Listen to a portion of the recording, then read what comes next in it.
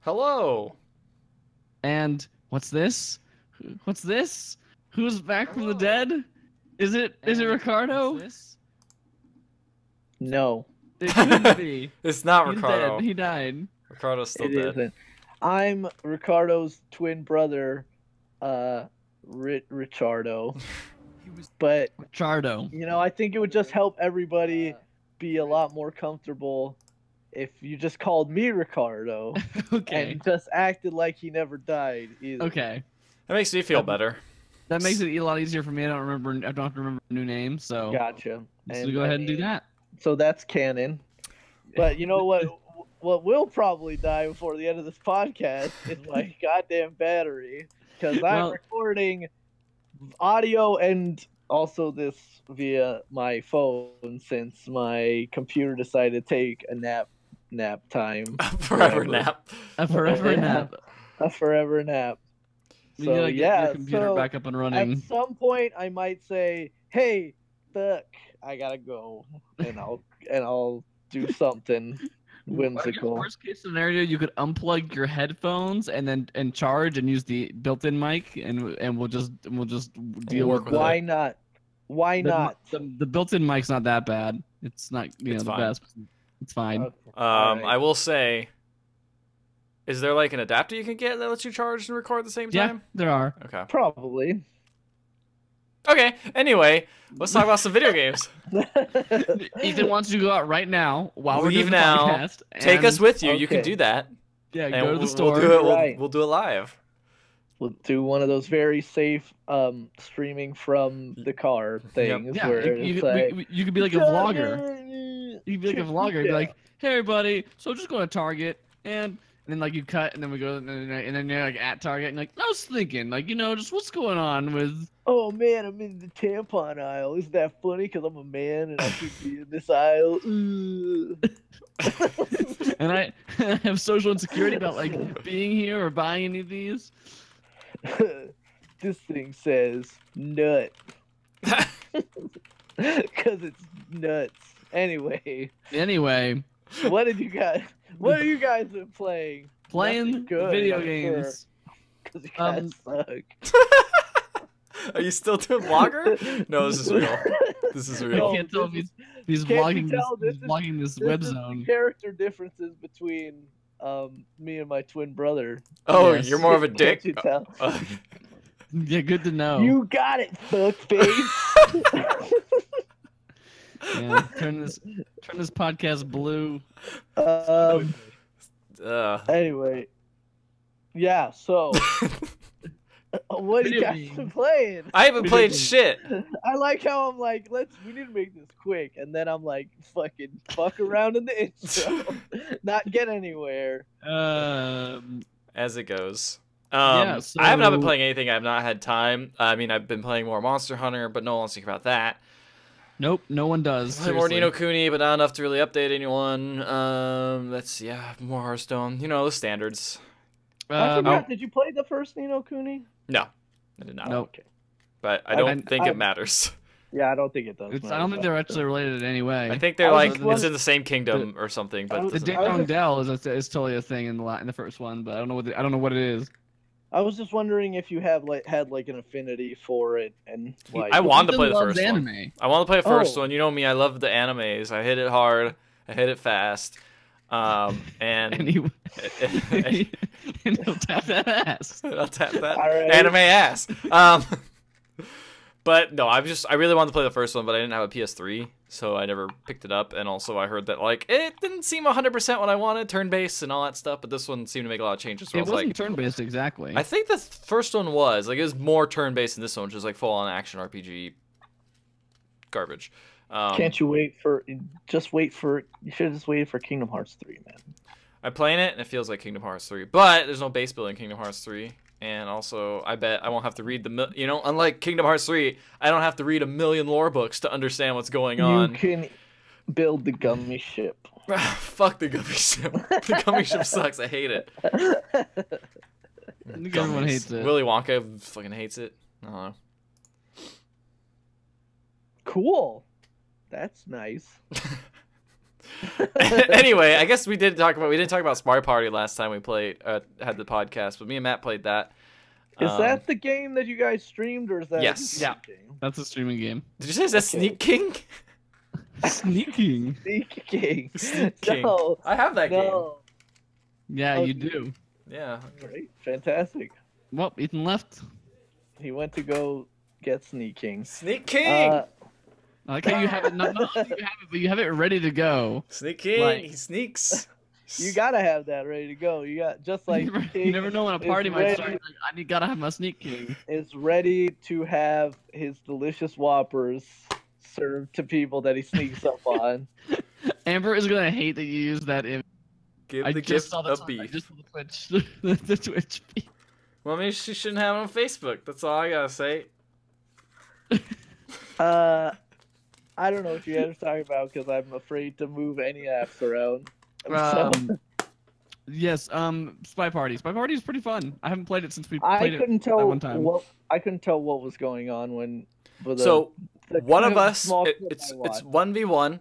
One person plays a spy. One person plays a sniper, trying to find the spy, and the spy must complete these objectives. It's 4 different objectives. I think it's randomized based on the level. And once they complete those, then they win. Unless the sniper finds out that they are the spy and then shoots them. So I see.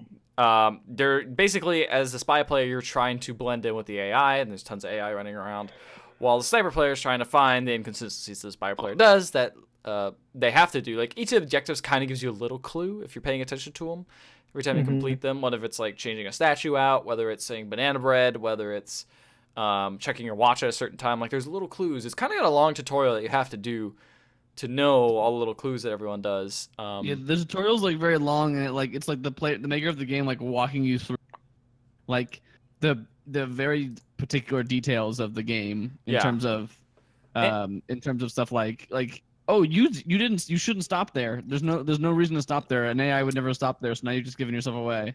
Yeah, and it's kind of interesting because they want to. I feel like the creator wants this to be like a really competitive game, so he's like trying to get as balanced as possible and all this stuff. I don't know if it's a little too complicated. I think for most people to just kind of watch, but I don't know. It's a very interesting game though. It's really cool. The way to get into a game is very archaic and weird, but whatever. What do you mean? That is like, I mean, it's early access still. Yeah. So that's the thing, is that is not final UI. The UI is basically like an old DOS prompt almost, like a few steps above that, like Windows 3.1. It's like an IRC chat. It's like an IRC chat. Is like what it looks like. It's really janky, but then you get in and it looks good. And there's like still a couple like models from like the older version before they refresh the models. Yeah, like the waiter and like the bartender or whatever are both still like the old model design. But yeah, you choose which AI character you are when you're the spy, and then as the sniper, yeah, you're really just looking for the spy making a mistake, or like there's one thing that the spy has to do at least in the beginner set of the objectives that we played, which is they have to contact a double agent, and the sniper knows 2 characters that could be the double agent. So he doesn't know which one's the actual one. But basically, the way that the spy contacts the double agent is when they are in a conversation, which is like this little circle that people stand in, and you can just pretend to be AI. You can hit the button to contact the double agent, and the character will say "banana bread" out loud. And so the sniper knows that if that was said out loud, that anybody who's not in a conversation right now can't be the spy. Because if the only way you can hit that button is if you're in a little conversation bubble. So anybody who's walking around or checking a statue or looking at a book or whatever, like, they can't be the spy. It's not possible. But my little thing on that is that sometimes the spy can fake saying the code word and screw the sniper up. So there's like lots of little they ticks can, to these but you still have to be in a conversation. To So stuff like that will help rule it out. And the statue obviously is an obvious one where it's like the statue just changes. So if you've kept an eye on the statues and then you notice one of them has changed, so then the spy has made a swap there.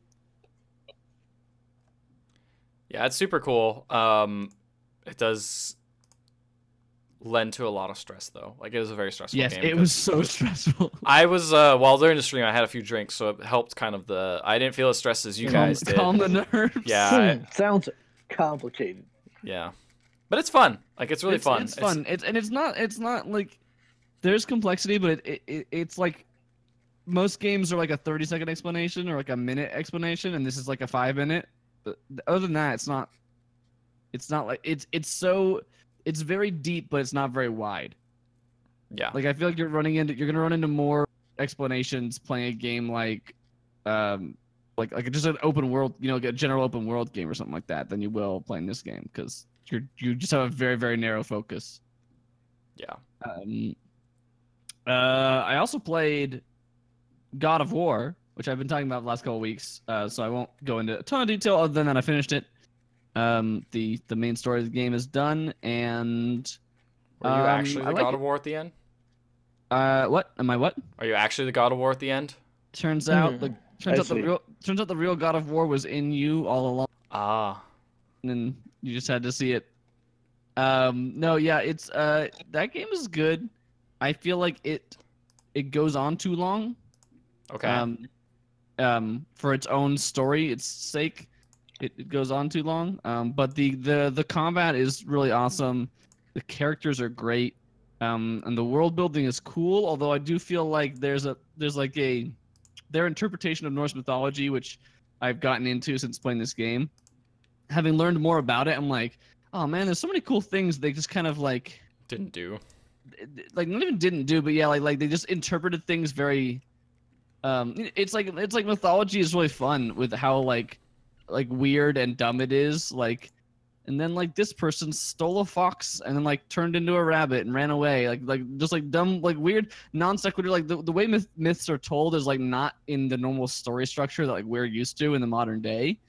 And I feel like they simplified it to make changes to like make it easier to digest for modern audiences. Like I'll just say that like the way the story is, at least like you usually don't meet quite a lot. You don't meet very many characters in the game overall, but that like the gods in this universe are portrayed as like 100% total evil dicks, like without any kind of redeeming quality. At least that's the entire way they're portrayed through the course of this God of War. The game clearly sets itself up to have sequels, so who knows where it will go from here. But and it's not even that like, oh, the gods are bad guys and I'm sad about that, because like the Viking gods, the Vikings, the Norse people knew that their gods were dicks. It was like not that weird of a thing. That was like part of their mythology quite a lot of the time actually.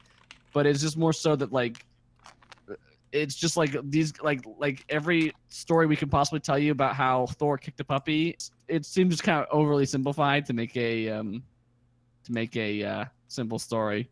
But it was the story honestly isn't what I think should bring people to that game. It's the characters. The characters are great, and the combat is fun. The gameplay is fun. And it's cool to even do the side stuff and the optional stuff, which I'm debating if I'll go back and play more of it afterwards. I don't know, but it's still very good.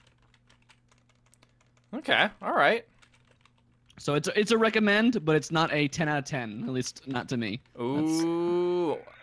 I really want to play it, but I just don't have the time or money for it right now. Yeah. It's good. It's one of those games that it's single player, so it's gonna be around. You're not gonna single player games drop in price like crazy. You're not gonna. Yeah, it might, but it's also like a first party game, which tend to. Yeah, but Horizon got down pretty cheap. Yeah, that's true. Horizon got down price.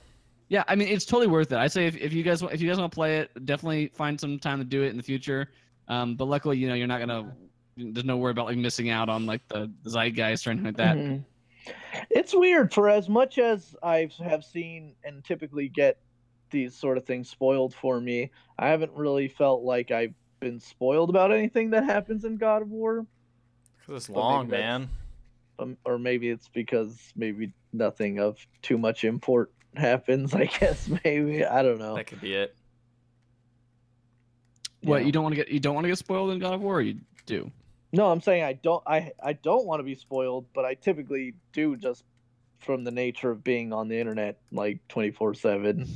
Yeah, I I mean, get like, spoiled by stuff, but like again, I was saying that like I feel like in this game, people haven't been openly spoiling it's it because or it's because the game does a really good job of weaving its narrative into its gameplay, Mhm. which makes it hard to talk about like things in the game because you just start talking about like spoilers. But there's some really great moments, and even and I have no real love for the God of War franchise. But there's some really great moments in this game, which call back to that in a really good way. Mhm. So I and like and yeah and then those moments have like an actual effect on what you're playing. It's not just like a cutscene that happens.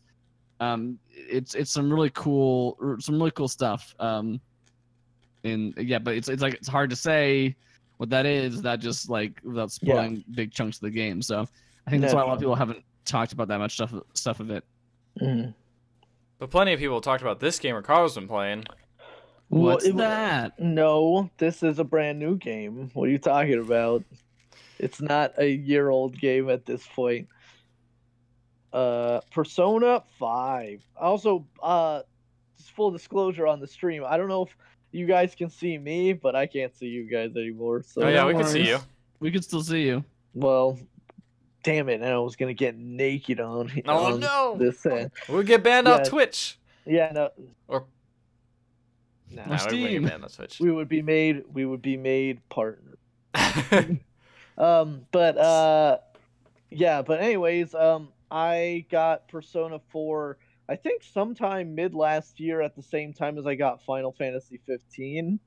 I don't know why I bought both I these remember you like doing that, and I remember saying to you, "This is both these like 100+ hour games at the same time. I don't know why I did that. Well, you know.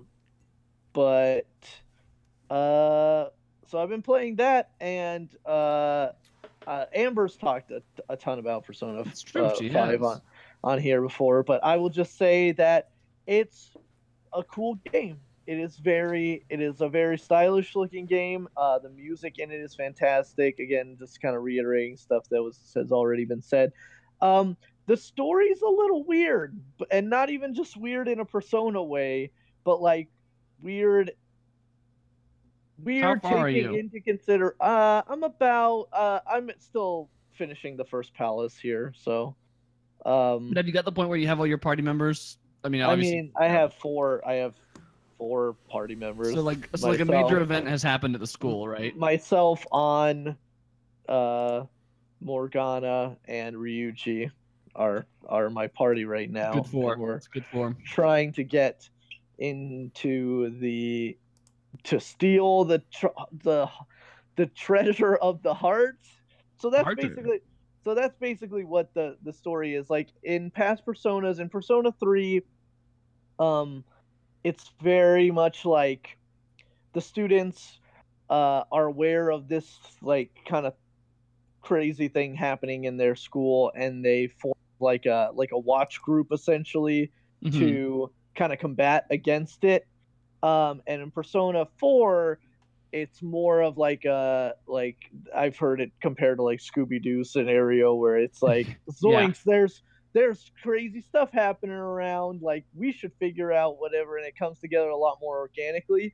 In Persona 5, it's more like there is like a right now there is like a kind of supernatural thing going on in that like accidents are happening across the city. Yeah, there will Like be an overarching mystery for sure. People are going like crazy, and like they're doing these accidents and stuff, but like the actual crux of the gameplay right now, as opposed to like unveiling some kind of mystery, is that adults suck, and you are trying to I mean, that's kind of true in 4 as well. It's just that true. This is not as it's not. But it's like not you're as... directly combating it's like you're directly combating an adult in this first arc of Persona 5 in order to steal his heart. And, wait, no, steal his heart's desire and make him have a change of heart. or something Yeah, you'll see like how that. it rolls when you complete the first dungeon. You'll kind of see the loop It's to its completion. it's an interesting concept, and I like the way, again, in comparison to other. It's like a heist Yeah, I movie. was gonna say, in comparison to other Persona games, where it's like, it is a more traditional like, Japanese RPG. Like there are kind of like Paper Mario elements of, and like Chrono Trigger elements of, like the enemies are walking around outside, you can get the jump on them, and like there's Yeah. strategy to be had there. But in 5, they really lean into the theme of the game being that you are a group of thieves, and you're basically infiltrating this place in order to steal this thing. So then, like, your movements are very much tied into the environment, and you're sneaking around and doing kind of Gears of War style, but not as like smooth. Like the jumping to cover aspects that you can do. Transitions from cover to cover so that you Yeah. can ambush enemies and stuff, and like jumping up on chandeliers and stuff. So it's really cool. I love the level design. The levels are a lot cooler than they were in 4. The level design's cool. So is the combat. I mean, the combat is very similar to past games, except now you have a gun, which is like, which I'm still not sure if it's like, if I'm seeing how much that like spices up the combat. It doesn't really seem to. It's not a ton, other than that gun is just another type of elemental effect, basically. Yeah, and I mean, and you can like attack multiple targets and on a turn. And you haven't really experienced this a ton yet, but the different characters will have different they have different guns. Yeah, I was noticing that was on different. because I kept trying to like shoot a specific target, and then I realized, oh no, hers is like you have to hold it down and she'll just she sprays it across like a group of enemies. You'll get a couple of people too who have like later in the game there's a character that has a grenade launcher and it just hits every single person in the enemy group, basically. Cool. Yeah, the characters are all I haven't disliked like a party member just yet. Like everybody seems really cool so far. Yeah, they're all pretty great. I like them a lot. I've heard criticisms of Persona 5 that the cast is not as good. I strongly disagree. I think that maybe the ongoing action of like, hunt down these bad adults is like a slight bit weaker of an ongoing plot thread like than motivation than the Persona 4 one is, for sure. But it gets into its own for sure, and I think that the actual individual cast members are a lot better. There's a real fondness for the Persona 4 casts, and I get it, but if you look back on some of those characters, they're kind of sucky. Yeah. And I really like Persona 5 a lot. There's another cool thing that like you're saying, like it's all about infiltration. Like the entire concept of the dungeon is not that you're trying to get to the heart of the dungeon.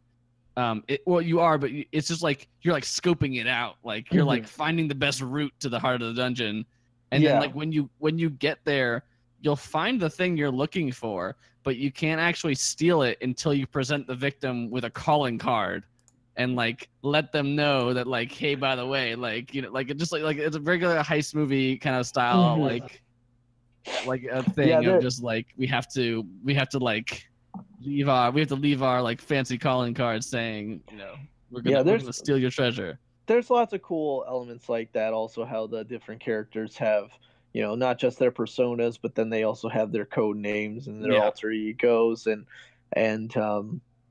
just like the kind of like, obviously in the past people have had like their little signature finishing moves and stuff, but like the way the all out attacks and if you kill, like just really cool, like really comic stylish, flashy stuff. Like it's a really cool looking game and great sounding as well. Yeah, the music is great. I have the soundtrack on my phone. It's amazing.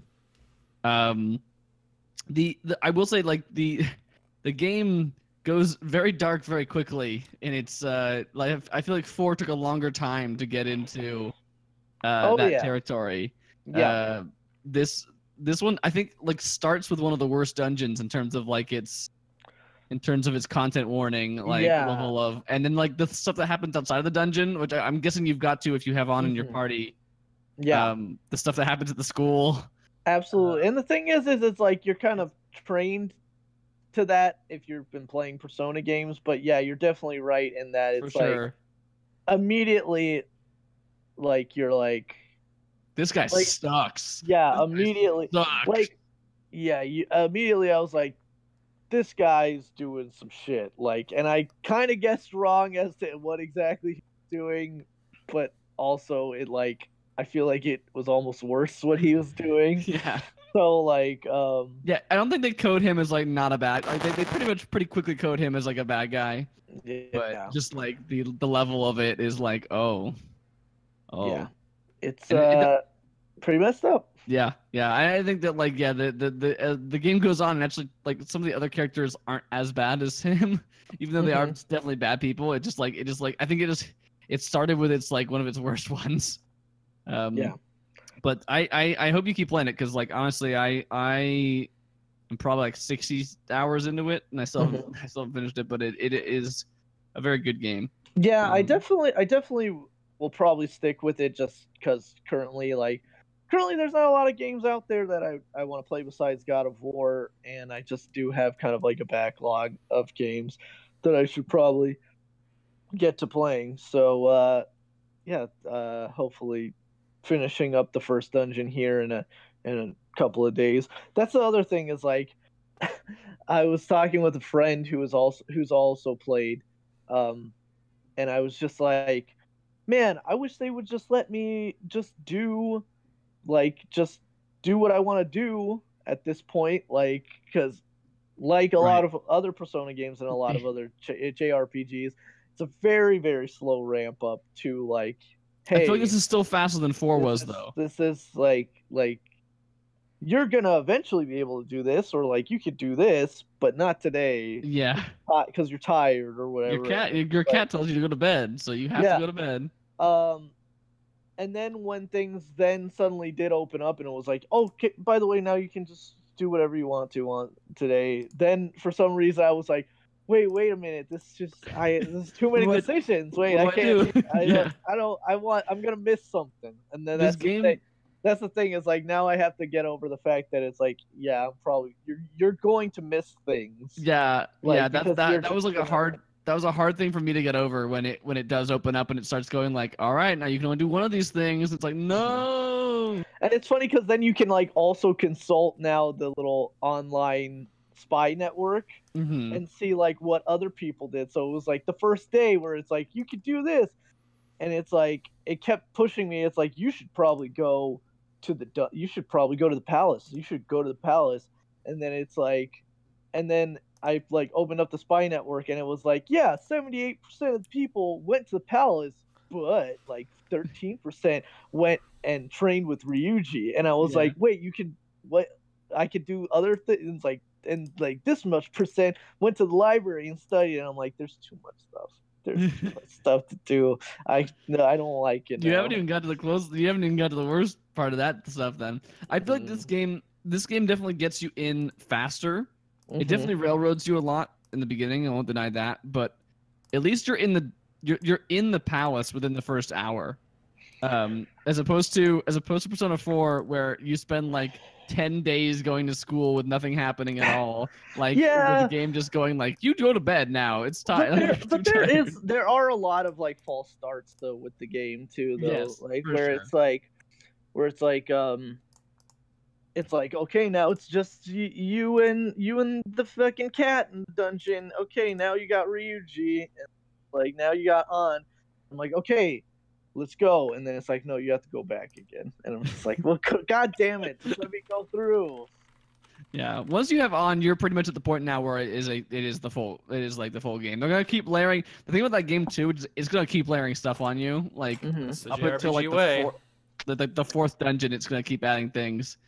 But it doesn't do it in like a railroady way at this point. It's more just like and here's another thing now that is a new feature that you can do. Yeah, that game's good. I need to get back to it. All right, Ethan, you've loaded up our news and our trailer trash with a million topics. Let's move on to the news. Oh wait, Ricardo's talking about Fortnite. Yeah, about Fortnite. It's fucking Fortnite. There's really not much. I played and got like kind of trolled around in some of the new areas, like the Dusty Divot area, where you get the little, you can pick up little jump pads and like little jump gems, and then like for about 30 seconds you have the power to like jump really high and really far, and that's kind of neat. I mean, the game's fun. Like, I really playing Fortnite. Still haven't won. Probably won't win, but yeah, that's the Fortnite update. The Fortnite update. All right, let's talk about some news then. Also, The I have now news. switched to just using the phones. Oh, hold on. Uh-oh. It stopped my recording. Oh no! When did it stop? At 31:10. Oh, that's like right now. That's fine. All right. Yeah, I don't know when you started, but that was like a minute ago for me. I actually don't know how this sounds. Sounds okay. It's not the sounds greatest, okay. but No, it's no, fine. no, but I mean, like, because you guys are coming through my audio. Oh, I don't hear it. No. I mean, when I'm recording on this new recording that I'm going to start. That's fine. That's fine. I won't worry about it. Gotta get you some wireless headphones. Yeah. All right. That is saved. Poor Kodo. He's frozen in time. He's frozen in Frozen time, man. just like Amber. Do you want to... I like it. Amber's just not here this week, like she is on most weeks. It's not like she's. I don't know what to like- do. I didn't want to put normal Wario, and I was bored. No focus. Do I start a new recording or what? Yeah. I don't think you can continue that one, right? Like, I Yeah, think you start gotta new it. recording. Oh, we gotta do another sync, so I'll just you and me. I'll line it up. You and me. Me All and right. you. Well, so do I start recording again right now? Yeah. Yeah, go ahead, start recording. Okay. Wait. All right, ready hold to on. sync? It doesn't want to start a new recording for me. The hell? It's Oh just like no. it's just like nah. It's not letting you record at all then. Hold on.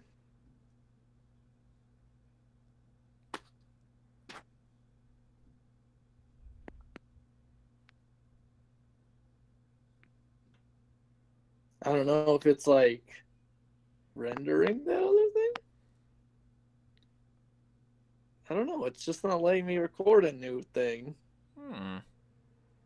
Did they have like an error message or something? No, it's just I press the recording button and it's like nah, and then it like is like nah. Can you exit the app? You saved the other one already, right? Yeah, and it's uploaded to.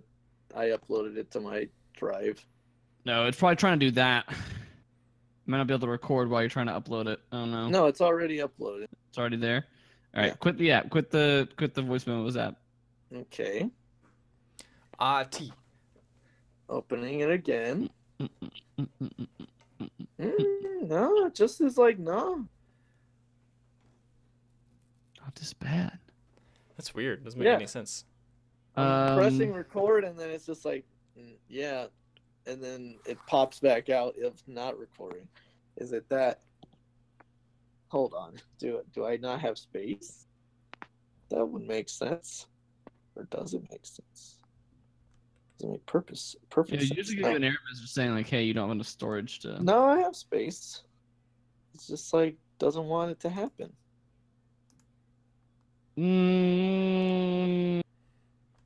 Wait, when you quit the app, did you double tap the home button Yeah. and then like swipe the app up to close Yes, it? I know how to close apps. I'm just making sure.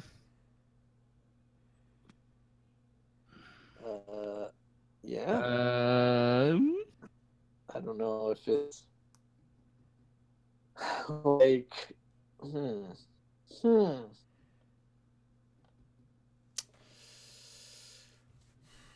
Maybe close. Maybe turn off close all your apps and try again. I don't know. Okay. Even let me Discord. close Discord. That's the only other app I have open. All right. BRBs. Goodbye, friend. Technical difficulties. Everybody stand by. Here we go. I'll play some music.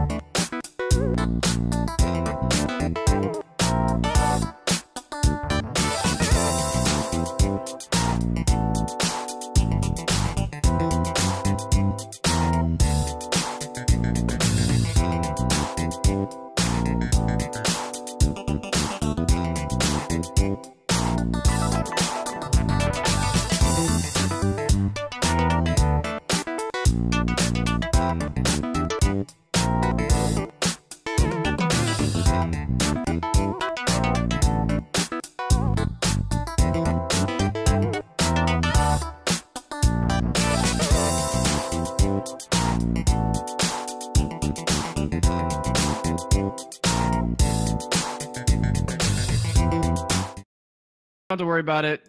Ethan will record on his end. We got it. Don't worry. Okay, so I'm not recording then?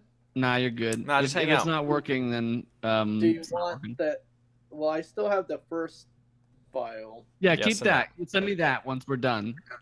But we'll just go from here, from here on out. I don't All right, technical difficulties have been resolved. Hopefully, we'll figure that out afterwards when I have to edit this thing. Moving on to the news. Ethan, what's in the news? What is the news? Well, first off, it's very sad news. It is Runescape close. Runescape? Runescape is closing after Runescape, 17 God. years. My childhood. My childhood Runescape. when I first found out, because that's how I learned how to say it. that's exactly the same thing for me. When I first Runescape, not Runescape. Yeah, I never said Runescape. I said I learned both ways. this is a just cuz moment, isn't it? Yeah.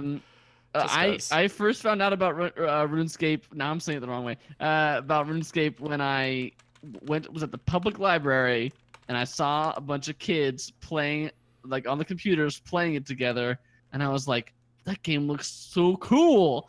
Yeah. And then I what website is that? And I looked and I was like, runescape.com. Runescape.com, and I remembered that from when I got home. Yep, that's how I remembered it too. And I told all my friends about it, and we all played it for a long time. My friend became a member. I did He did a too. bunch of cool stuff, and I wasn't a member because my mom didn't want to pay for a monthly subscription really for a cheap. game, and I was like, Yeah. I don't have any of the cool stuff that you've got, and I felt bad. And you could go straight up cut off areas and stuff like that. Yeah, total large areas. That map was huge, and like a quarter of it was available for free users. And that game was great because it had for me it was the first time I experienced an MMO, because I know they've been around, but nothing of that sort of and it was on a web browser. Yeah, web browser. It was so easy to access. Almost any Yeah. computer could run it. And I think that almost reminds me a little bit of Fortnite, why it took off as opposed to PUBG, is that it's more accessible. It was free. Anyone could play it. You just had the subscriber thing. And it took off. And they still have RuneScape. Wow. Yeah, RuneScape. I see it and I just say RuneScape because that's just how I see it. But they still have RuneScape running on to this It's day. still- It's just yeah, different yeah. now. So they've been running Classic. What's shutting down is Classic, which is the original version that we played. Which is not even the original version that we played, because I think even the classic version has also been modified. Like I remember they did a probably big has some patches. I remember they did a big graphics overhaul to it at one point, like quite a bit of time after I'd stopped playing it. I think this is the original I remember one everyone with that. freaking out still. over it because it was like this is not the original version anymore. The classic nerd thing of like they changed it and now it's bad. But I remember it was like being like this game looks like bad when you go back to Oh, look at how it's it terrible looking. Like it's so bad looking. But I had so much fun playing it. No, I had so much fun with it. Yeah. I'm looking at the website right now. And they advertise RuneScape Classic is the first version of RuneScape, released in 2001. So I think this is the original version. All content of the original game is available to play, including 50 quests, 18 skills, 50 quests is 2D sprite-based graphics. Which is funny because I still thought they were 3D. I thought they were too, but it was made like in JavaScript.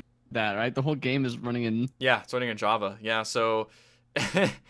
Oh man, you can play Classic if you have a Classic if you have a RuneScape membership and previously played Classic. Oh, so I can't just start it up. But I'm looking at it right now. There's like 5 servers, and each of them have like 21 to 82 players in it. So it's like, man, these textures, these like flat nothing textures. It's so bad looking, but like man. It's so much fun playing it. And remember the wilderness? Like it was so scary to go there and like go in there and because you get killed by either enemies really tough or any person who wants to come. And that game was brutal too. It was like permadeath basically. Like you would lose all of your stuff. You lose everything. Everything you went in there. Your character level stayed the same and all your skills that you had leveled up, but you lost all the armor you were wearing, everything that you were carrying. Yep. Like so that which meant that like your entire defense or like anything like that, unless you had a bunch of like duplicate armor saved up, like you just lost everything that you were. No, I remember that. I remember having like I saved up to get steel, and when I got steel armor, which is like the third tier up or something like that on a list of 10 tiers, it was like I was like, this is so good now. Like, I think the best thing I got was Mithril, which I think was the one. Yeah, I got to Mithril. Yeah. But I remember like, man, it's just. It's cool that they had this on for so long, honestly. Like, but yeah, it's one of those things where it's like, okay, I think it's time for them to shut down. Because there's like images on here of like texture, like textured versions, and it's still under the classic. People calling it the classic version. I'm like, this doesn't look right. Yeah. I can see the pebbles in the ground. It's not just the brown. It's not just the color of a shade of brown stretched across the floor. Brown with like slight minor textures, like a couple squares. Oh, yeah. Man. I think this game, but they're still running, and apparently they're gonna have a mobile port soon of the new one, which I don't know. I probably won't get into it, but you know, it's a good time to say goodbye, I guess. Mainly, they closed it down, by the way, because the classic is easily abused and more susceptible to botting, which makes sense. Which makes sense because it's JavaScript. It's JavaScript, which is like the most insecure kind of like. Yeah, seriously. Garbage. So old. All right, so let's go to the next news article here, which is the PlayStation CEO, John Codera, actually came up and had to say something different because trying to find the original CEO of all PlayStation is John Codera. I guess so. That's what it says here, according to PlayStation CEO. He was a Japanese guy. That's what I thought too, because there was someone else who said. Or did they just changed recently? I can't remember now. No, 100% sure, but I remember this started off, and I think they had to come out and say this because someone else said that the PlayStation 4 is entering the end of its lifespan. Yeah, ending soon, yeah. But this is him coming out being like, hey, actually, we have the next PlayStation's at least 3 years away. So you got some time. Like, it's not, you can still buy your PlayStations cheap or whatever and still have lots of great games to play. But also, I'm kind of just like, I don't know, I was thinking about this. It's like, do we need another PlayStation now? Like, is it really it's come to a head, like the amount of graphic capability? If you so here's the thing, it all depends on what you count the PS4 Pro and the Xbox One X as, because in terms of life cycle, normally it's been 7 years now since the PS4 was 2011. No, I don't think it was that early. Yeah, it was 2011, right? Was it? When did it come out? 2013. 2013. Okay, I'm sorry. 5 years, but still, 5 years is close to the end of a console life cycle. You know what I mean? Like, but I feel like So, but like, so that's where it's like but this is where the whole thing gets weird because PS4 Pro and Xbox One have really like are this weird in between thing, and who knows what the next PS4, the next PS3, 5, the next Xbox will be at all. If there's going to be continuations of this half step incremental thing, or are they going to just do a whole big jump again, like they've done in previous generations? So that it kind of throws a little bit of a weird thing into the mix in the first place. Oh, totally. Like that kind of changes everything. Like, yeah. So it's almost like, why should I buy a PS4 Pro? Like, you guys are just gonna change it here in a second. So like, I don't know. It's kind of weird. It's kind of a weird thing to say, but it sounds like they're gonna concentrate more on subscriptions in the next PS4. Like they're trying to think more about like that sort of thing. Sure. Yeah, we'd love to get your money every month. Yeah, why not? Just once. Instead just once. I mean, they make money every time you buy a game, but still. Sure. Yeah, I don't know. It's kind of weird coming off the news of the physical production of Vita games stopping. But I guess we'll just have to wait till E3. Maybe something interesting will be announced then. Kind of stating that, but I don't know. 2021 though. That's 8 years after the PS4. That's what it'll be. That's actually a pretty long gap, like you were saying. Yeah, like at that point. But again, like, what does that mean? Like, does that mean the PS5 is 2021, or does that mean that like there's gonna be 2 more versions of PS4? Like, is it gonna be PC type based, where it's like, Yeah, oh, you can still play all the old PlayStation games? They just gotta optimize for them, which especially with an x86 architecture, which the new consoles are built off of. Yeah, so you could just keep doing backwards capability, or have games that like this runs on PS4 original. And now this runs on PS5 as well, but looks better or something like that. Or, this game only is on PS5 or something like that, where kind of like how the 3DS had the new 3DS, like certain only, like, what was it, a couple games could play on a new 3DS, but most would be backwards compatible. Yeah, I mean, the new 3DS, I think you could play everything, So, but I thought there was just a new 3DS No, exclusive the new game. 3DS could play everything, but certain games could not be played on the old 3DS. right, Yeah. right. More created specifically for new 3DS. That's what I'm Exactly. thinking. There might be a couple like exceptions where it's like, this doesn't work.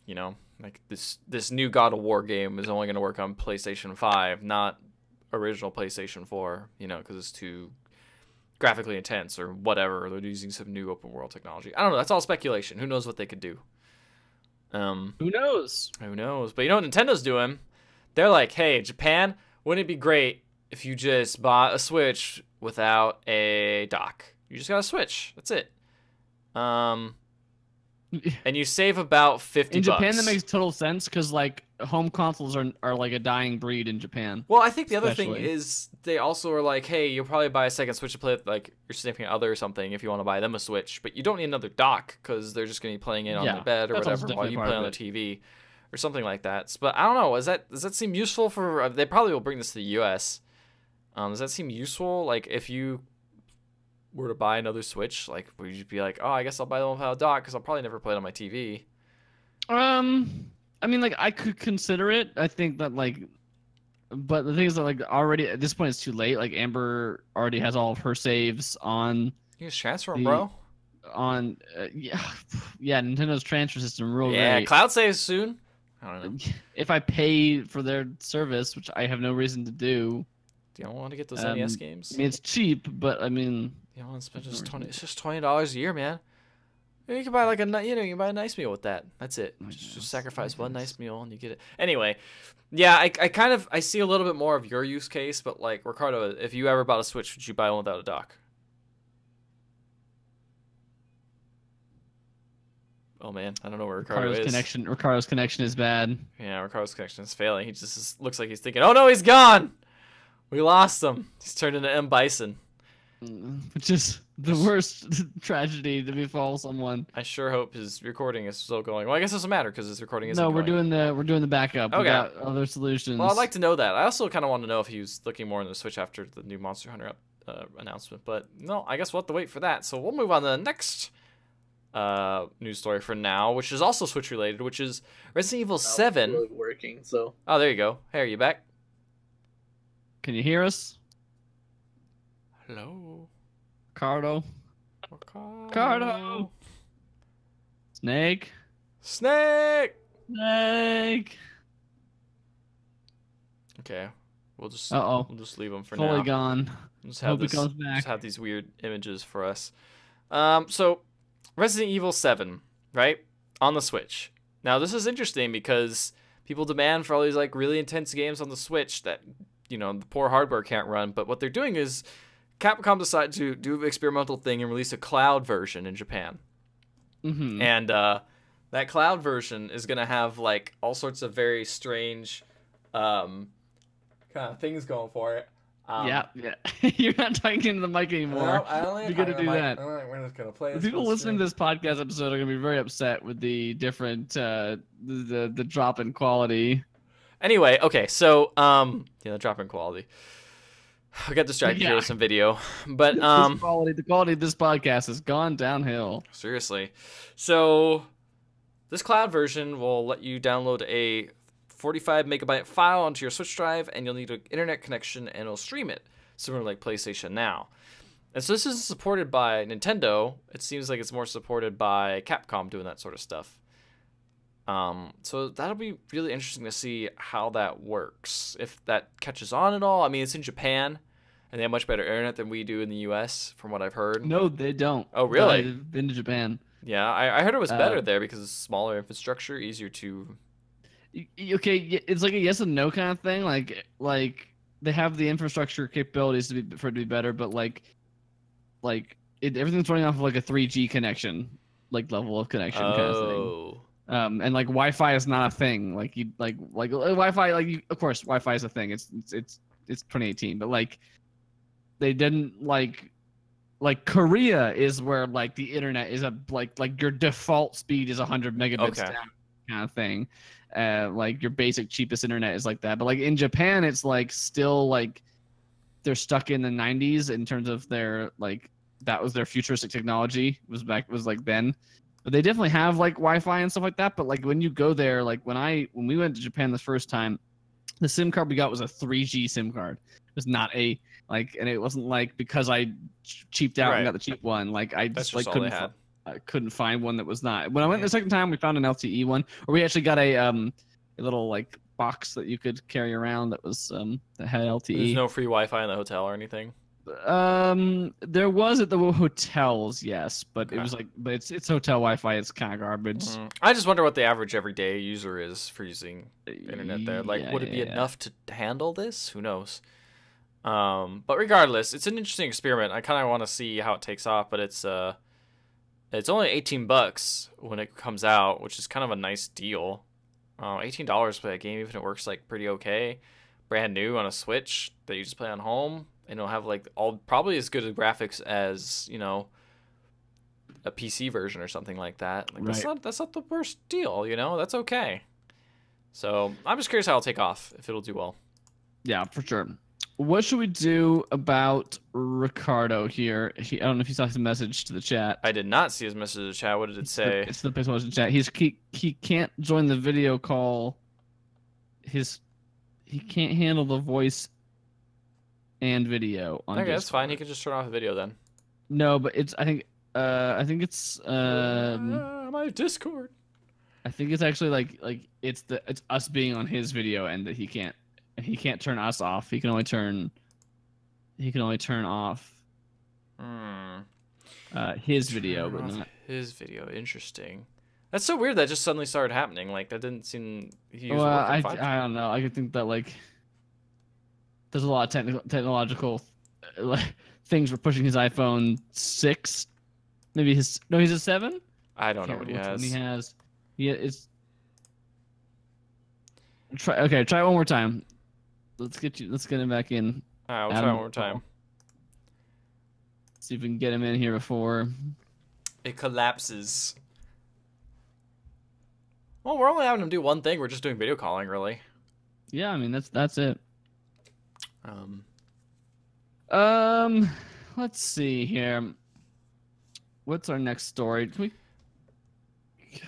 we save that one? Let's see. What can we cut? What can we get out of here? Let's get to this one. Okay, that's fine. We'll get rid of that one. This is some live podcasting, This is some live listen, now you're getting the inside scoop about what we do on inside this podcast. baseball. I'm gonna have a hell of a time editing this. I have such a busy week. I don't have time to do this. I don't have time to edit this podcast. This podcast, it takes so much time and effort. Hey, listen. Shut up. After this podcast, no, you're right. After this podcast, I gotta go make some food for a potluck tomorrow. So it's just. Oh yeah, you got work potluck. Mm-hmm. So what you gonna bring? I'm bringing potatoes. I want to roast some potatoes. Roast potatoes. That's a very British thing. Yeah, I guess it is, but I don't know. Yeah, it's pretty British. We'll see how it goes. Yeah, Ricardo might be bailing. Really? He might be bailing on this podcast. I don't know. I Well, need to hear his opinion on the trailer trash. I did want to hear his opinion on the trailer trash. I don't have the chat. What is this, on Facebook? Where's this No, chat? he's Pixel Legends only chat in the Pixel Legends group on Discord. Ah. I should mark the timestamp for this so I can cut all this nonsense out as well. Let's see.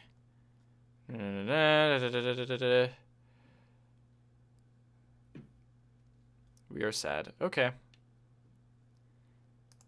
That is sad. I am sad. I'm very sad. Ricardo, if you're listening, go on to twitch.tv, like, comment, and subscribe. Quick, we gotta get Amber back in here. Quick, get her on now. Nah, it's too much time. Too much time. Okay. All right, well, let's talk about some stuff then. I want to talk about how mad I am about Best Buy. Oh, invite me on the call so we can test. Then, Oh, wait. how do I get him back on the call? You gotta. I'm gonna hang up. Ah! Well, this is very interesting. It's just you and me now, folks.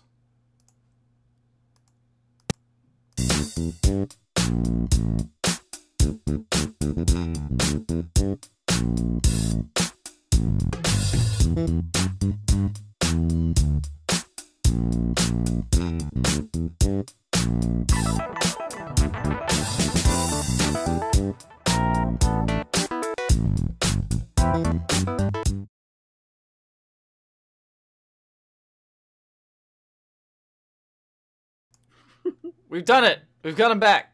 We've What's got him back, the everybody. problem? It's here. The miracle has been made. Well, I don't know. I just got on a different Wi-Fi channel, so let's Ricardo. see if this works. Ricardo, would you buy a Switch What?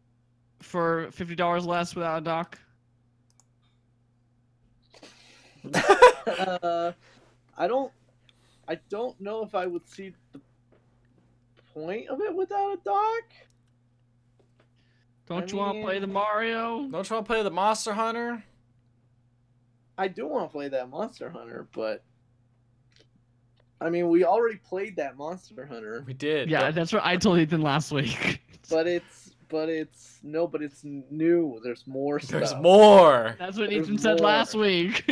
G-ranked stuff and stuff. I don't know. I mean, like, is this them just playing up the idea that the Switch is a mobile console? I think it's them playing up the idea that maybe you already own a Switch in your house and you don't need I don't another think dock. so at all. They're only selling this in Japan, right? Yeah. So Japan does not have home consoles. Like everyone plays 3DS on the bus, PS Vita on the bus. I saw it like on the bus, on the train, on everything. Like mobile consoles are the only. Well, you thing didn't go that into sell in people's Japan. houses and be like, "Hey, do you got any consoles?" No, but like people know from like sales numbers that like I know they don't sell as well. Like it's definitely much higher in the portable market, but and I it's mean, like they and gotta it's have some. declining. Like it's declining over time. Like that's why Monster Hunter like only came out on the 3DS for like the longest time, and they only released a console version once like it was popular enough in the States and Europe to like make it worth make it worth it. But other than that, like yeah, I Sure. think like selling it in Japan makes total sense because like they like handhelds specifically in Japan. Yeah, I mean that makes sense in that regard, but I mean the dock is the way you project it onto the TV. Yeah. Yeah. Mm-hmm. I mean, I just don't know if I wouldn't. I don't know if it being $50 cheaper is Right. enough for me to. Soon a It's dock's really like tough. 80. They sell a dock for 80 exactly. Then how does that make sense? I guess they have to make money somehow, but Yeah. fucking. Old Nintendo doing their tricks. You right. know Nintendo. I'm gonna talk about Resident how Evil 7. It's coming No. to Switch. It's coming to But Switch. the That's download cool. is only 50 megabytes large. How? It's because it's cloud streaming. Ah! It's because none of the game is on the disc or Cloud the streaming works so cartridge. great. But this is only Japan, so I don't know. Japan, they're doing crazy stuff. Not putting stocks in, streaming whole games on a Switch. It's crazy. It's craziness. That be insanity. You know, it's also insanity. Best Buy ended their Gamer Club Unlock program. Yeah, last week we talked about this. I literally and just was talked about. I was like, Ethan- it's the Ethan best. Specifically said last week, this was not gonna let me game. That's why the Gamer Pass is so Well, great. I mean, literally in every single year that I've known Ethan, it's always been, oh yeah, I could get that game, and then if I use my Best Buy Gamer Pass, then it'll be like even more cheaper or whatever. I get it for like nothing. And I'm just like, man, what is this thing that you have? Ethan has been paid by Best Buy for the last that's why they're closing the Game They Pass. might as well pay me because they give me so many great deals. They've been paying him hundreds of thousands of dollars a year for him to go at every possible conversation opportunity he can, thanks to my Best Buy Gamer Pass that I have. Let me show you it to save how much savings. The only person I knew that had that, and it sounded like a decent deal. It sounded like such a good deal that a lot of times I was like, when you were like, you could use my Best Buy Gamer Pass, I was From like, Best Buy. this sounds like some made up shit. No, Ray's. I know Ray's done it. Your roommate, This- your past I've roommate never has done it. used this because it's fucking bullshit. Your roommate who has passed. Your roommate was past. RIP roommate. Yeah, I know he used it a couple times. Got to see his games pop up and be like, oh, he did buy Resident Evil 7 on my like recent purchase history or whatever. But yeah, man, it basically gave you the Amazon Prime pre-order bonus to all new games. So you could wait and not pre-order games because pre-ordering games is bad. And then after buying like a certain amount of games, you would get a reward certificate for like, you know, whatever amount of money, and then you can redeem that to get more money off of things. And right now, even though they're canceling it, they have a thing right now where you can pre-order a game and get $10 off, like a $10 game credit towards Best Buy. Also on top of the 20% off, and then you could use that receipt, and you can get like almost like pay like only $30 for a brand new game. It's crazy, but yeah, they sent out an internal memo. Wario64 actually tweeted it and was like, "Here's an internal memo. They're taking it all off the." Strange that happened right after the Amazon thing. Yeah, right after the Amazon thing we talked about last week. That's what I was talking about in the first place. They're like, okay, we're sending out this memo. You guys can't push this anymore, and y'all gotta stop. To all the internal employees. But what's weird is I still see it on the website. I can click the renew now button, and it always comes up with sorry, something went wrong. This was back a week ago, and I just checked it. It's still doing it. And for a while there, something goes right. I'm hoping I could somehow get in there and put more money in and be like, give me more deals. But sorry, something's gone wrong. We tried to institute this terrible club. They've had the club for a while, but back in I think it was 2015, they dropped down the price to a reasonable price. Yeah, I think publishers and the console manufacturers are pushing back against these deal things. I wonder why though. Like I feel like Best Buy's the one taking the loss. You know, I know. I mean, most likely, yeah, but like it's probably it's probably taking money away from digital sales. Right? Like that's what they want. Yeah, it's always a bummer, but hey, what are you gonna do? It bums me out because I feel like I won't buy as many new games now because I know like especially single player games because I know they'll go on sale. I might as well just wait. Yeah. Only multiplayer games now, like ones I know my friends are gonna play. Would I buy new? Because like $60 is a lot to ask for, you know. You know what? You know what bums me out, and I'm not gonna play as much because they're single player, and like makes me sad it's going away. There's all these adult visual novels. Oh yeah. You know me, guys, that I've been so into. You love that honey pop. Yep. No. That's me. Matt loves that. Matt loves honey pop. It's confirmed. It's in the canon now. It's in the canon now. I like how Pixel Legends has its own canon. Wait, they ship us together sometimes too. It's weird. Yeah, I've seen the fanfics. Yeah, so a lot of people are mad about this week. That a bunch of adult visual novels were going getting taken off of Steam. It's weird. Like in a kind of like weirdly arbitrary new terms and conditions move. Felt like there was a way beforehand where they kind of had this happy medium where it was like, okay, we'll put our pornographic games on Steam, but we'll have like a patch you download off site that you would then go and install, and you get all the naughty bits, you know. But now they're like, oh, that patch is not enough. What's that site called? It's probably the developer site. You could probably just go and look. It's not hard to find. It's called nudipatches.com. Nudipatches.com. I don't want any patches covering my nudies, please. I want clean nudies. Clean nudies. That's no dirt on my nudies. For Skyrim. Listen. That's a lie. The thing that it seems like weirdly most arbitrary about this is that like a bunch of games that were made by more like progressive sex positive people were getting like ripped off of Steam, and then like there was like still like the most notorious one that everyone was pointing to was like a game called House Party where you can like whip out your dick at any time. Well, that got banned too for a little while. I think eventually it did, but like in the initial run it was not. It was only after all these complaints for getting like. Yeah. It just seems like it's like a weirdly arbitrary enforcement of this new like kind of like rule. They didn't really make clear that was a rule in the first place, or if it was like already a rule, they just like started. Yeah, it was very odd. It just seems weird that they're removing these because you got other games with lots of nudity in it, and it's like even mainstream games like in this article cites The Witcher 3, Grand Theft Auto 5 with nudity. And it's like where's the line? Is it like whatever? The line is a big black bar, and it should be over all genitalia. All of them. Get them out of here. Yeah, it's like Japanese porn. You gotta have the sense. You gotta have the pixelation. All right. I'm of the mindset that you should just fucking leave. I mean, like, you should have a quality standard to a certain extent in terms of like how the game actually runs.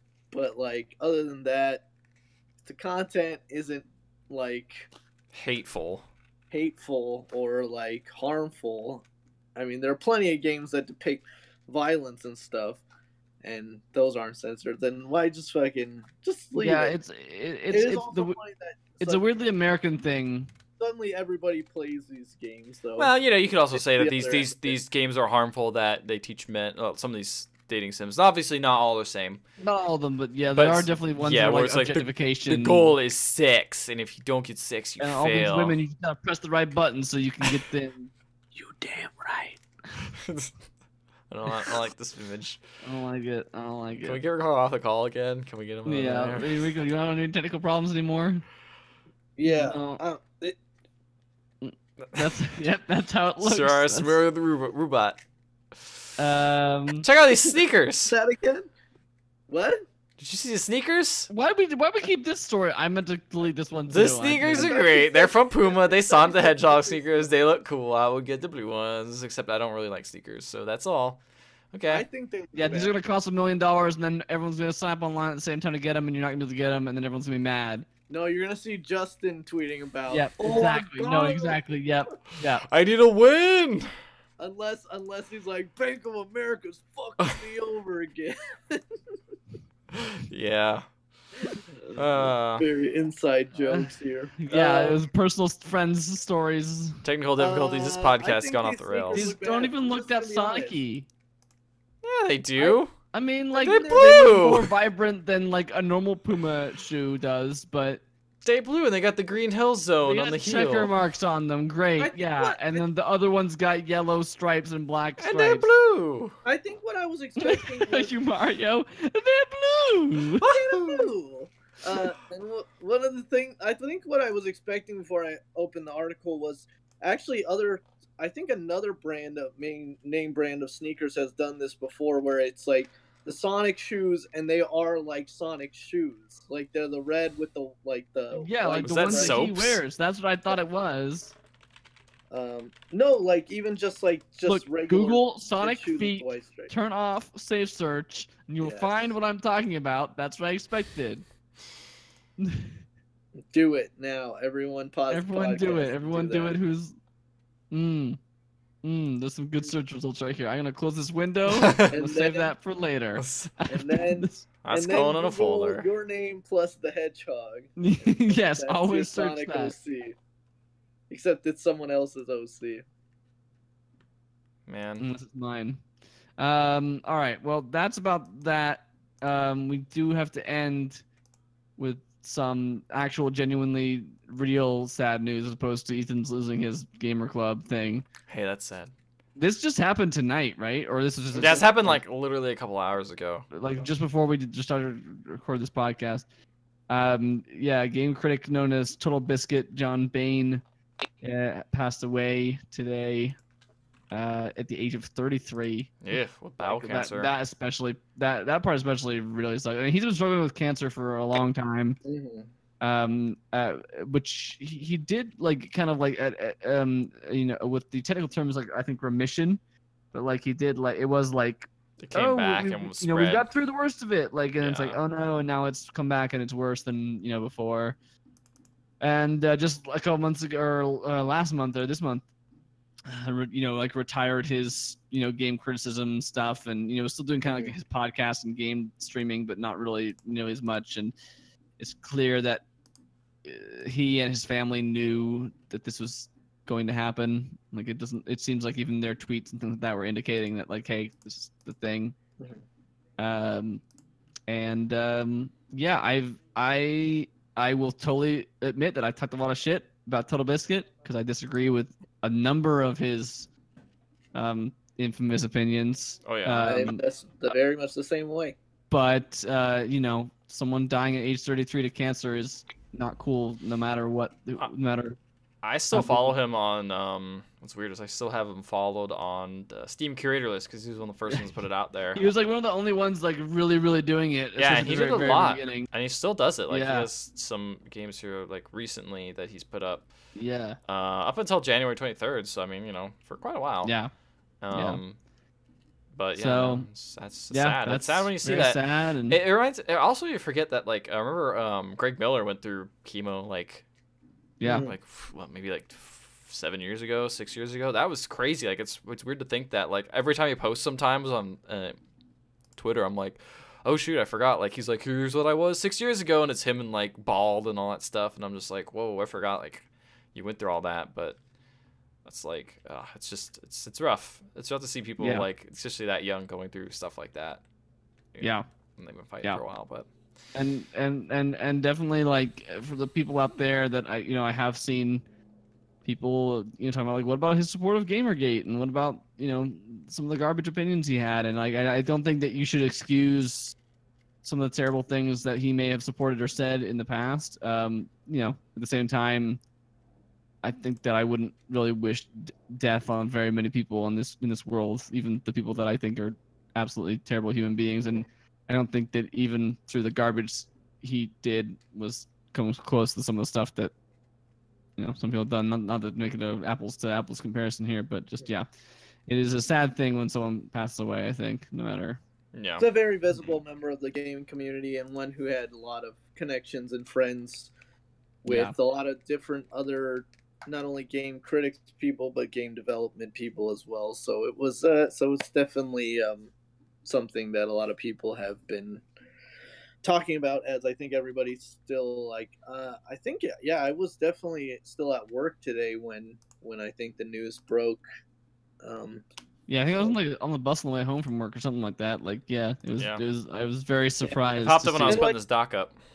And like Matt had said, like there was some indication. Like I think like when he retired from his like YouTube gaming criticism sort of stuff, he said a lot of like not even cryptic things, like straight out, flat out things like, oh well, I don't really have much time left, and it's like you never obviously know exactly what that means, but it definitely still kind of comes as a surprise that it's that it was that short after that right he's away now.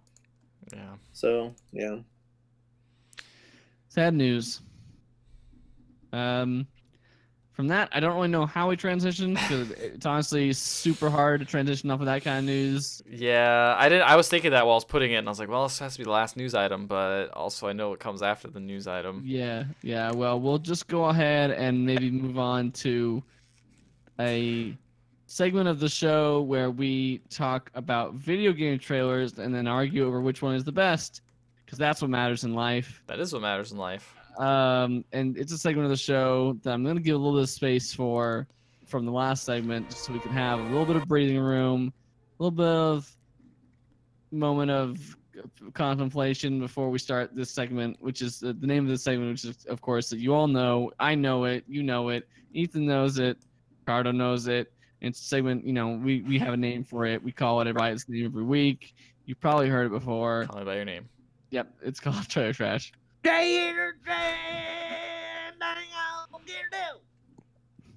Beautiful. Thank you. That's exactly what I was looking for. It was beautiful. Yes, it's time for Trailer Trash. Ethan, you had a million news stories. You had a million trailers. Look, man, you want content? I got content. All right? Okay. I got it. Okay, I believe you. Right? What if I'm not looking for content? Well, you don't pick me to do the trailer trash and all the news. Then don't get on the internet, because that's where the hashtag content is found. Hashtag Wow. content? Listen. Do you guys Yes. like World War Z? And No. Sure. All right. Well, there's going to be a video game about it. And honestly, What? I That thought... hot new movie starring Brad Pitt that just came out? Yeah, totally. Is there a new movie coming out? There's a sequel coming out, right? Or something? Sure. Because Yeah, I think of course. this... They can't do big- anything anymore Yeah. without making it a 20-film franchise. Even if it wasn't even that good of a movie. This- Yeah. Is now part of the growing universe that we are creating for the World War Z franchise. This trailer looks The alright. Xenoverse is what we're gonna call it. Xenoverse. No, it doesn't. Don't confuse it with Dragon Ball Z. Bad. I think the trailer looks fine. I think it is. No, Maybe- it looks not good. It's cold zombies. I've seen so Listen, many dude. zombies in like green Listen. areas with like No. bad cities. Time to see Don't some even. cold Russian zombies. I'm all about that. There's also a lot of zombies on the screen. I don't know Yeah, if we've dude, seen that many listen, zombies before. A There lot of were fast on zombies. screen in Days Gone, and that game looks like trash too. This Days looks like Gone? a worse, I don't even know what this looks that like game a worse is. version Oh, of Days Gone. This is like a cheaper made version of Days Gone. Don't you talk shit. These are the same guys who developed Time Splitters. All right, Time Splitters was a good game. The Why game didn't they didn't. just make another fucking time Not Time Splitters. I'm talking about Time Shift. My bad. People like Time Shift less than Time Splitters. Wrong time game. My bad. Listen, this game, it looks fine. Like, I kind of am interested a little bit. I don't think it's going to be great. Like, if it's bad, I'm not going to get my heart broken at all. I'm not going to feel anything, honestly. But, just like you always do when you play video games. I feel nothing as usual, if I play this game. But, Playing Nino Kuni, these bright and colorful characters talking about the Ding Dong Dell. He's like, I feel nothing. These Higglies ain't doing shit for me, you know what I'm saying? These Higglies don't do nothing. They're all cute and stuff and activate them, but whatever, man. Get those Kingmakers out of here. This is why Ethan hates anime, because he hates fun. I hate joy. I just don't like I it. just want zombies in every game. Why can't there be zombies? Did you know that the zombies are a metaphor for us as consumers? We do nothing but consume. There's so many of us, and we're cold now. We're cold. This is Frostpunk. We climb on top of each other to climb a building and then eat a man. And we hungry. We just want to get shot with a 50 cal. That's all we want in life. And sometimes we get too close an axe. And, that's what I want in this game. And I ask you a question. Oh, and my axe. Body spray. Like you're wearing too much of it. I don't know. Seeing all the zombies stacking on top of each other shooting looks fun. Shut up, guys. It doesn't look impressive though. I don't think it looks.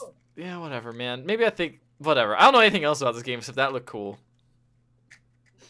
Shut up, guys. Let's move to the next video game trailer, whatever we're watching. Next movie trailer is for Ant-Man and the Wasp. No, I don't want to turn it off. No, that No. looks bad too. Make the thing small, put it in a briefcase. We got Mike Wazowski in this one. This is called the Sleep Tight release trailer. This game is on Switch. It is a tower defense monster game where you are kids in a bedroom defending yourself from all the monsters coming out of your closet. and it looks real cute. But then it looks like a tower defense game. But then with no lanes, it's just like they're all just running They're for you, everywhere. and you gotta use your. They come and get you. You got 12 unlockable characters, and they all look fine. This game looks fine. I like the style. I like the idea, and I like the style. But when I see the gameplay, I'm just like, a little simple. Yeah. They're just a little like you're in a square room, and they're all just gonna come straight at you, kind of thing. Like you gotta build a turret. Twin stick shooter type thing. Yeah, I don't know. Yeah. Yeah, I was more intrigued by the idea and like the theming of it than actually the look of it in gameplay or the way it looks like it plays. Like it looks like it'll be okay, but at the same time, I don't know. I 100% agree. I preferred like the artwork that they were showing and like the ideas of like these pillow bunkers and stuff like that. But then it's just like in the gameplay, just looked a little flat. That's all. Yeah, it just looked okay. But you know what gameplay doesn't look flat, because it's not even in this, really, is Battlefield 5. Wow. No. As we talked about while we were watching the trailer. No. As we talked about the trailer, this is the trailer that ruined video games. This is the trailer that ends it all. You know why? Because women It's in got World War a II. woman. Only one Alive. woman, too. It's not like there's multiple women. There's just I one need woman. I need an expert opinion on this. Hold on 1 second. Uh-oh, we're gonna get an extra opinion. But this lady, she gets shot in this trailer. This trailer is, like, very bombastic. But Shit's she's flying fine. everywhere. Yeah, she's fine. Mary Sue. Yeah, totally. There's tanks coming through. They destroy a whole building. You know, and then you jump out of the building. And, you know, the way this is shot with all the, like, the way the bloom lighting is, the kind of one-shot camera take where you're just one camera flying around this crazy environment. It's like, it just looks like, kind of reminds me like a BioShock trailer is what I was kind of feeling. I've returned with an expert opinion. What? Okay. I asked This just in. I asked Amber. She's an expert in being a woman. She is. And I asked her how she feel about women in video game, and she say, "Oh, I hate it." And Oh, I say, shit. Oh, well, there you shit. go. I didn't That's it. expect that. Video But you're a games are man over. explaining this to me. Are you giving me the right answer, or are you putting some propaganda out there? I asked her how she feel about women in video She didn't games. tell me. You just the messenger. All right. You might be She delivering. speak for all women. Yeah, just speak for all women too. Yeah, well, that's Speak for all women. that's how you argue on Twitter, right? As long as you have a woman who's conservative, then therefore, then how can you defy that logic? It's a fact, The man. president wants to tweet his condolences to you when you get water splashed on your leg. Yeah. You know? Yes. Yeah, this trailer is weird. It does kind of a cool thing that I kind of like, which is like it goes from a like camera view, and then it goes into first person, and then shows you kind of like gameplay in quotes, and then Actual footage. actual footage. It says bottom. I don't know if I actually said that at the bottom, but no, like, I don't think it did. I don't think it did. 'Cause I don't think it is. Actually, honestly, like super hilarious to me is like I hadn't seen this trailer. I obviously heard all the Hoopla. about how dare they have a woman in this video game, and watching this trailer, that was already ludicrous to me before I'd seen the trailer, of course, because it's freaking people being idiots about a video game, which is not a big surprise. But then we watched this trailer, and I was like, this trailer is ridiculous. It's bonkers on every level. Like, Yeah, and the stuff's woman- flying everywhere. The woman is the part that you're freaking out about. It's like there's no way this is what World War II looked like at all. Like no, not at all. Like, it's insane. It's like Fortnite World War II. Like it's insane. It reminds me of Battlefield Heroes. I don't know if you guys Yeah, remember that game. like, Like that It game was cool, definitely but does. like planes are falling out of the sky in every direction. Like a car flies up in the air and lands on a person. The Jeep is playing the Battlefield music as if it has a radio. Like Yeah. those Jeeps didn't have radios in them. Like Or a- they- like or this like a guy, the tape guy deck. picks up like a it was like a machine gun on the back of the Jeep or something like that, and it's like shooting at a tank, and the tank is like running alongside them, and then there's yeah, like airplanes falling down and people getting out of them. Like that doesn't even happen in the game because you'll just be dead. yeah, and then like the German soldier at the end, like it's like strangling the main player character, and he's like, "Shh, 'cause I'm evil." Yeah. And then the lady hits him with a cricket bat because she's British. And it hits him with a cricket bat because all the British soldiers carry their regulation cricket bat bats, and yep. cup of tea with them in every fight. Yeah, if anything, like, and it's weird to say. It's weird to say about this. Wait, yeah, okay. But like, if anything, like between the fact that Battlefield 1 was a very somber game, and then Activision releases a Call of Duty World War II. Was it? I've seen a GIF of three people riding on a horse with a flamethrower and a machine gun in their hands. Yeah, okay. Besides goofiness like that, like that's just what happens when you play multiplayer. But like as far as the single player went, it was pretty. That game, grim. I don't know. I feel like I wanted to respond to your comment, Ethan, about like how. Oh, I can't remember what you said. But, World War I weapons, people could unlock or whatever. Yeah, like I was like, dude, like the reason I was not okay with Battlefield 1 from like the trailers beginning before it came out was how unrealistic and like cartoony that game looked. I mean, I know the story mode they had and it was like somewhat somber, but like to call that realistic, like I've seen so many people going like after Battlefield 1 was so realistic. We never call it realistic. I'm not talking saying about realistic. I'm saying like tonality wise. Yeah. 1 is a very somber game from the way that it was marketed and the way that it was the single player was done. And then Activision releases Call of Duty World War II, and although the marketing for that was not, taking any kind of respect or somberness for the way the war went, the single player seems like it was focused in a very traditional kind of World War II style. Oh, I have a professional here. Whereas, how do you feel about women in World War II? I hate them. Yeah. Yeah. Got him. Get him out of here. I don't trust them. Yeah. Don't trust the way they move. They move. What if the woman had like a cool like hook arm for a hand, and also carried a cricket bat because she was English? Wait, was that actually in the trailer? Yeah. Is she a pirate? Yes. From Yes. She's an English pirate. Okay. Okay. And so she took that's why way she's in World longer War to animate. Did she have a sick tat? Can't tell. Moving too fast. I think she did have a tattoo on her arm. Then she's all right. Okay, she makes it okay through. with All right, tattoos. we changed it back. Tattoos. Change it back. This is good now. Video games are back and they're good. Thank you for your expert opinion. Yeah, I'm gonna go keep my puppy away from my crackers. That's a weird euphemism. That's actually That's our a dog code is just name trying to for eat her crackers something? right now. I don't think she has any room for tats because she doesn't have an arm to put tats on. Anyway, I thought like there was like her cut. She had cut on her shirt and there was like maybe. blue underneath it in a way that looked.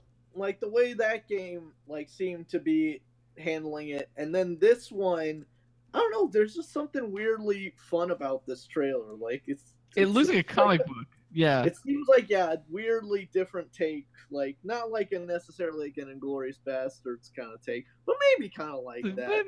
There was definitely a humor or like a humorous element Glee to the way the Jeep fell from the sky onto that guy. Like you got like the car crashed and the plane crashed and everyone like gets up and looks around and the Jeep just crashes down this person's head, like in a way that like I didn't make me laugh, but it was clearly like the timing of it and with the sound effects could only be like described as trying to go for a humorous.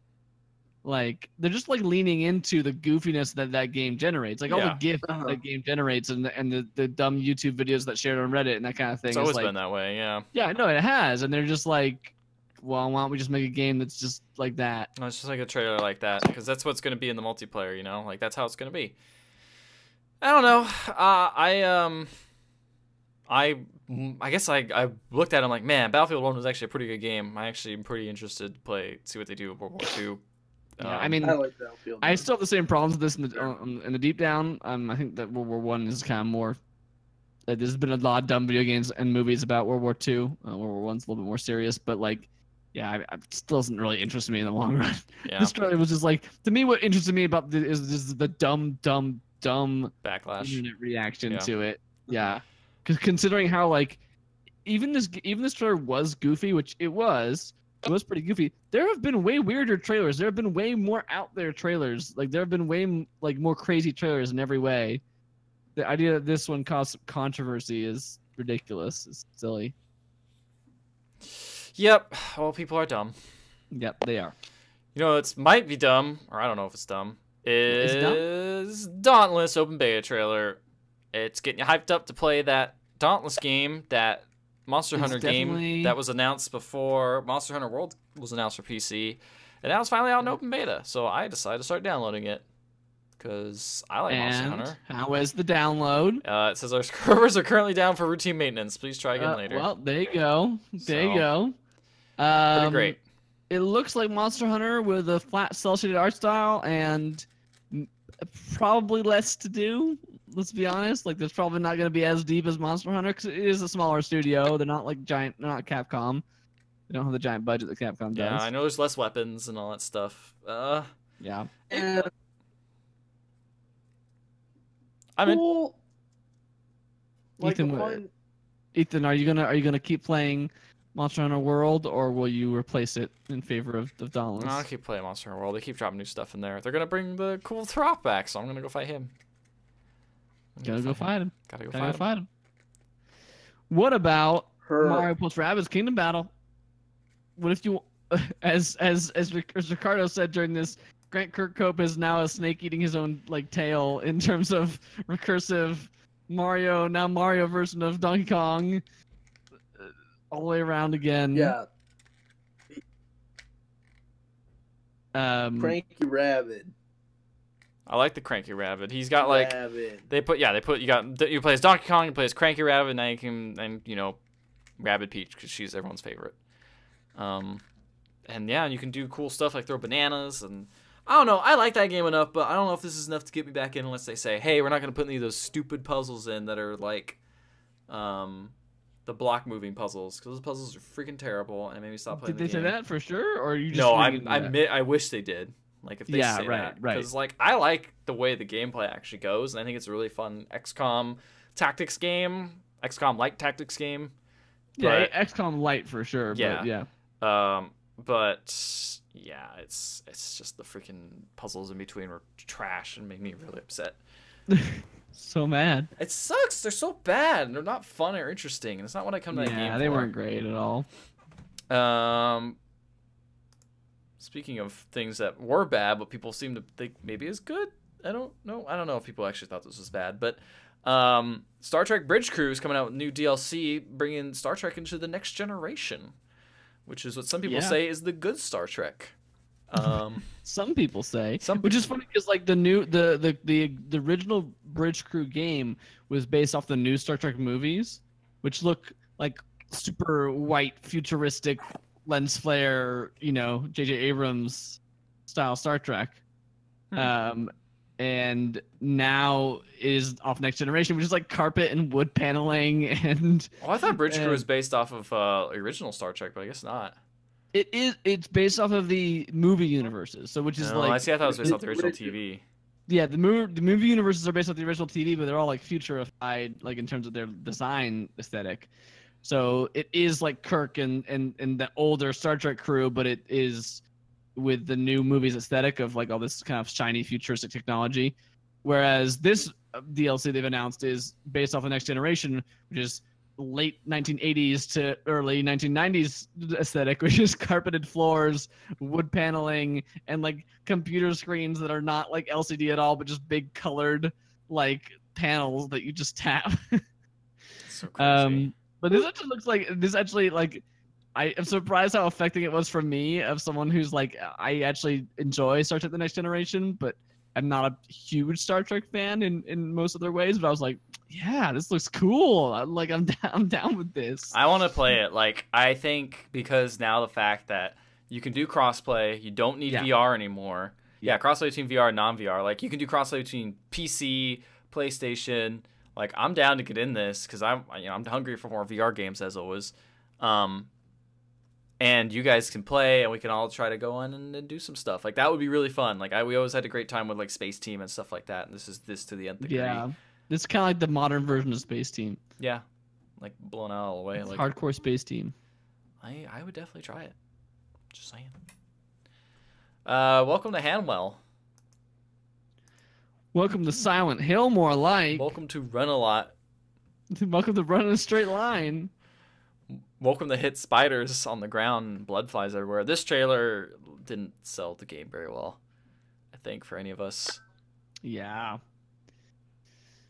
Ricardo is nodding his head in a way that makes me feel like he cannot hear us.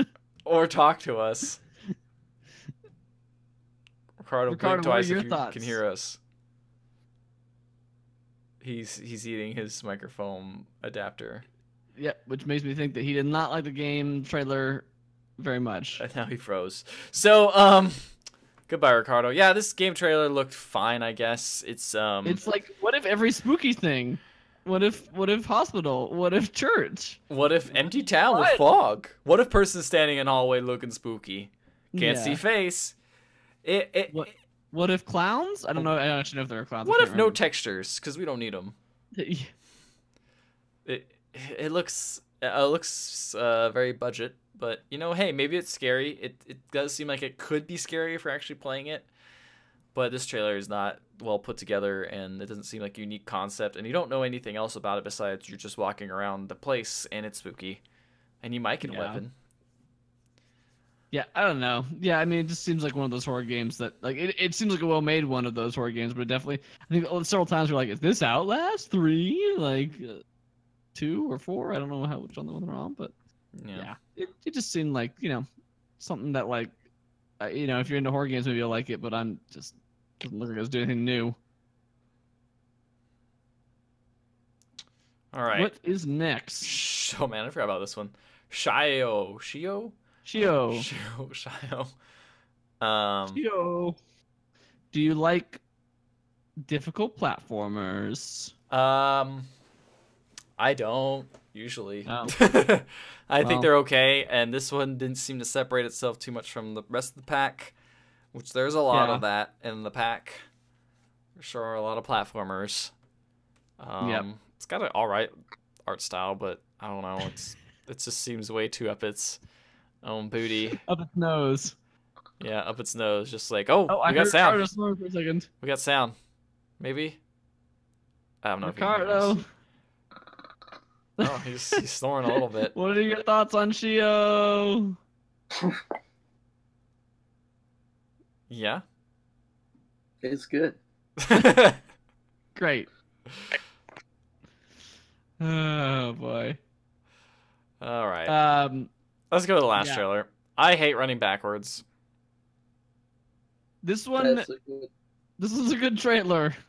This is a good trailer. Big Man Tyrone tries to sell you this game. He's got a great pitch for you on running back on hating running backwards. Big Man Tyrone, king of the internet. I guess the whole pitch is this is like one of those games that's like you instead of starting from the bottom and shooting up, you're from the top and shooting down. Yeah, so that's like actually the whole pitch. Like it's just Minecraft graphics, and you run and shoot down instead of running and shooting up. And you get to play as fun characters such as Bullet from Enter the Gungeon and all those other fun indie games Serious Sam. Yeah, Serious Sam. What was the other one? The Richard from Hotline Miami. Hotline Miami. This is all about like the delivery of the guy. Like that's like the real joy of this trailer. Long from Shadow Warrior. I also realized that all the enemies are the little bomb guys from Serious Sam with no heads and the bombs on their arms. Oh, they go. Yeah, they go. I don't know. This game looks all right. I guess it's published by Devolver, so it makes sense. Fine. It just I just kind of felt like it. The gameplay itself did nothing to actually woo me. Just the trailer seemed fun, but that was kind of it. You know, it's a good trailer. Yeah. How much that translates into the final product of the game? Probably not much. Probably not much. It's got all your favorite indie game friends though, so. Devolver Digital, everyone loves it. But is Shovel Knight in there? No. You don't know? Maybe he's secret character. Secret character Shovel Knight. Shovel Knight. No, every game by law must have Shovel Knight. That's so true. Like, he's definitely in there. You gotta just find him. You gotta dig him up. What wins, fellas? It is tough. I hit running backwards. That one was pretty good. That wins. Yeah, I'd have to say that. I'm gonna say Star Trek Bridge Crew. I mean, I think that Because that you one actually think convinced you me might more. actually buy that game? Yeah, I mean, like, I think the trailer for I Hate Running Backwards is probably more entertaining, but like Star Trek Bridge Crew is more interesting. So it's just kind of it's kind of 50-50. Like I could go with either of them. I'll go with Star Trek just to be different, just be weird. But it doesn't win, so. No, it doesn't win. That's fair. I Hate Running Backwards wins this week's trailer trash, and that means it's the end of the podcast. We better wrap it up quick before Ricardo's phone dies and or his adapter gets inhaled any further up his nose. No, don't do it, Ricardo. No, don't eat it. That's not for Don't eat eating. Oh no, he ate it. Oh God, what has he We done? gotta end this podcast now before Ricardo dies. Yum. This podcast is used as evidence. Yummy. You can catch us out on pixellegends.com with 1L, twitch.tv/pixel_legends for all our live streams, including the podcast. If you want to catch us every week on Thursday nights, we'll be recording. And then the podcast goes up on Friday or Saturday whenever I get it edited. After this one, who knows? Because we got like 10 different audio files I have to try and piece together. We'll have fun with that. In the meantime, catch us at pixellegends.com, our YouTube channel, and our Twitch for all the fun times. You can see our Twitter, pixel_legends, for like all times that we're going streaming, if you want to see when we're streaming and that kind of stuff. Meanwhile, if you catch us online, you'll see a variety of Ricardo eating different adapters and electronics. Oh God, so, how could he shove all that in his mouth? No, wait. Ricardo, we'll see you next week. Catch us more for Pixel Legends later. Bye. Ah!